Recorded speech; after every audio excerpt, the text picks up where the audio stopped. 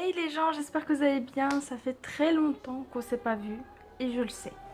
Pour cette vidéo, je vais vous donner 3 indices pour trouver la bonne critique, pour pas que vous emmêliez les pinceaux, pour que ça puisse vous aider, pardon.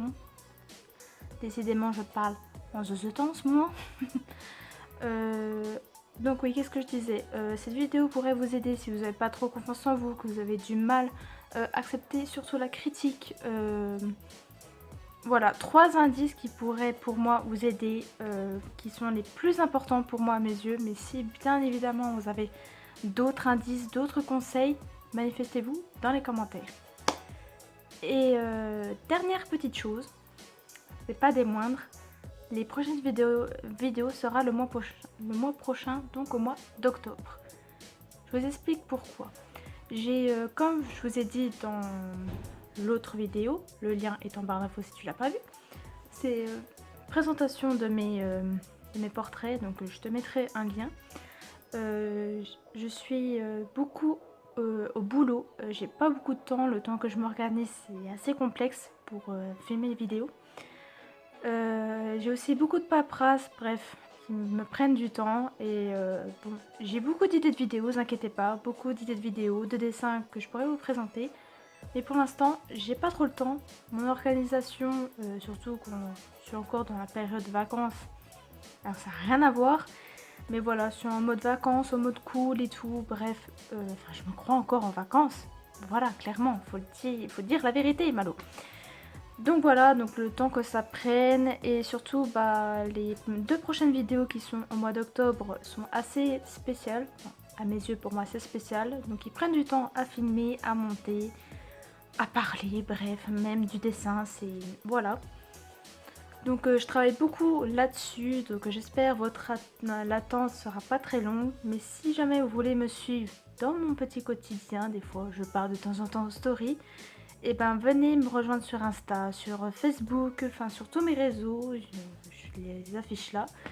Et pour la prochaine vidéo, donc la première vidéo du mois d'octobre, ça fait juste ici. Sur ce, on peut enfin commencer la vidéo. C'est parti.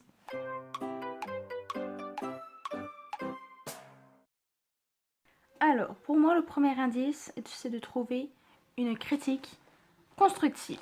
Parce que en général, nous, ceux qui dessinent, qui sont, entre parenthèses, pas trop confiance en eux, vas-y, le tracteur ou la mobilette. Merci. Donc, je disais donc... oh, j'en ai marre de ces conditions de vidéo. Donc je disais donc, trouver une critique constructive, parce que souvent on aime bien regarder les c'est moche et on se dit ah oui c'est vrai, c'est moche et tout. Les arrête de dessiner, ne fais pas ça, pourquoi tu dessines, arrête tout. Il faut arrêter de regarder ces putains de commentaires. Pardon, j'ai dit un gros mot, désolé, mais ça m'énerve. Donc essayez de trouver un commentaire constructif en disant aujourd'hui, vu que moi je dessine en vidéo, aujourd'hui j'aime pas cette vidéo parce que dans ton dessin il y a un détail qui me chagrine, je te le dis et tout. Bref, si vous détaillez, bon, je vous demande pas, de lire tout un roman, mais regardez au moins les critères qu'on vous dit à changer, à pas changer. Comme ça va vous aider à vous améliorer et à vous donner un peu plus confiance en vous. Et si on vous demande, refais ça et redemande-moi, ça veut dire que le SUA qui vous dit la critique, il est de votre côté. Il vous dit tout simplement, vas-y, améliore ça et montre-moi ce que tu as amélioré, ce que tu as fait pour que je puisse voir si tu as bien, que tu as bien refait. Comme ça, ceux qui vous soutiennent, ils voient que vous les écoutez, que vous prenez pas tout au premier degré, parce que oui, il y a beaucoup de gens dans le monde artistique qui n'aiment pas ces commentaires-là. Bref, il faut vraiment bien déterminer une critique et une critique constructive. La critique, c'est ouais, c'est moche, c'est pas beau, machin. Et la critique constructive vous dit en détail pourquoi il n'aime pas ce dessin. Voilà. Et en général, ceux qui vous disent les critiques constructives, c'est des bonnes personnes. Voilà. Mais bon, c'est pas vraiment un indice. plus un conseil pour les deux derniers. C'est tout simplement demander par toi-même aux gens tes dessins, tes œuvres, enfin, bref, ce qui touche toujours dans... Moi, je vous dis les conseils, ce qui touche dans le monde du dessin, mais ça peut être pareil pour tout. Demandez aux gens des critiques, que ce soit la famille, des amis, même des inconnus, ou voire des professionnels dans le domaine que vous faites. Donc là, vu qu'on parle de dessin, allez voir un dessinateur par exemple, ou même des tatoueurs. Parce qu'avant de dessiner sur la peau, ils dessinent des choses sur un bout de papier. Normalement. Bref. Pas trop à votre famille parce qu'ils vont vous dire oui, c'est bien, machin, enfin...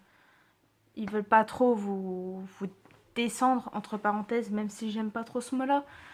Vos amis, pareil. Bon, je sais que de côté amis, j'ai ma meilleure amie qui m'aide et qui me conseille à améliorer quelques trucs.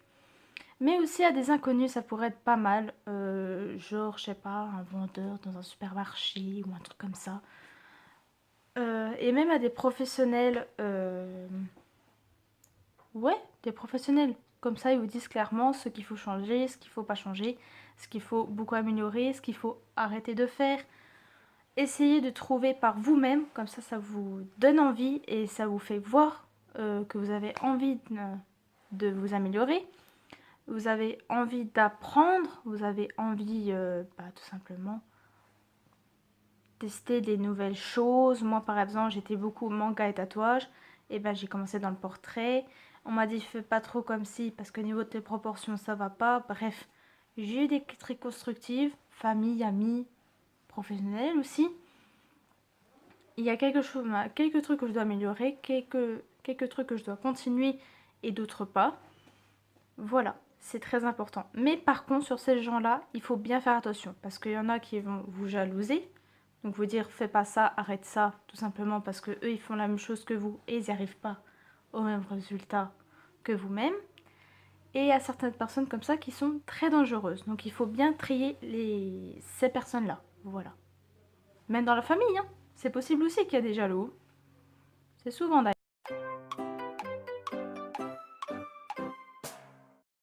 Alors, c'est pareil que l'eau, c'est pas vraiment un indice, mais plus un conseil, c'est d'arrêter de prendre tout à cœur. Genre, même le positif, hein. Oh, cool, j'ai réussi à faire ça.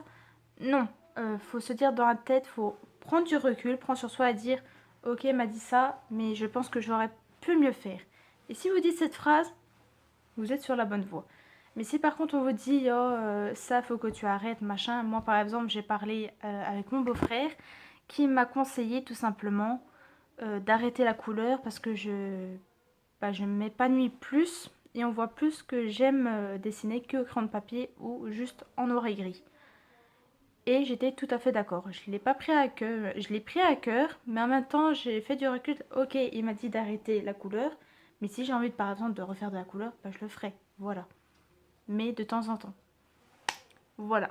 C'est très important de pas trop prendre à cœur ce qu'on nous dit parce que des fois ça peut mal tourner, des fois on peut tout arrêter du jour au lendemain alors qu'on est passionné de ça. Moi, dans mes débuts dans le dessin, j'étais un petit peu comme ça, je me dis bon je vais arrêter pendant un moment et ensuite je reprenais. Des fois ça durait beaucoup d'années que j'arrêtais le dessin, après c'était une galère pour reprendre mon rythme. Enfin mon rythme et mon niveau, parce que j'ai un certain niveau dans le dessin quand même. Donc c'était très difficile à reprendre le rythme, mon niveau, tout. Donc je vous conseille de faire quelques dessins, même si vous faites que 3 dessins dans l'année. Je vous donne pas non plus d'en faire tous les jours. Mais voilà, gardez un certain rythme, comme ça vous améliorez petit à petit, vous montrez dans les niveaux. Voilà.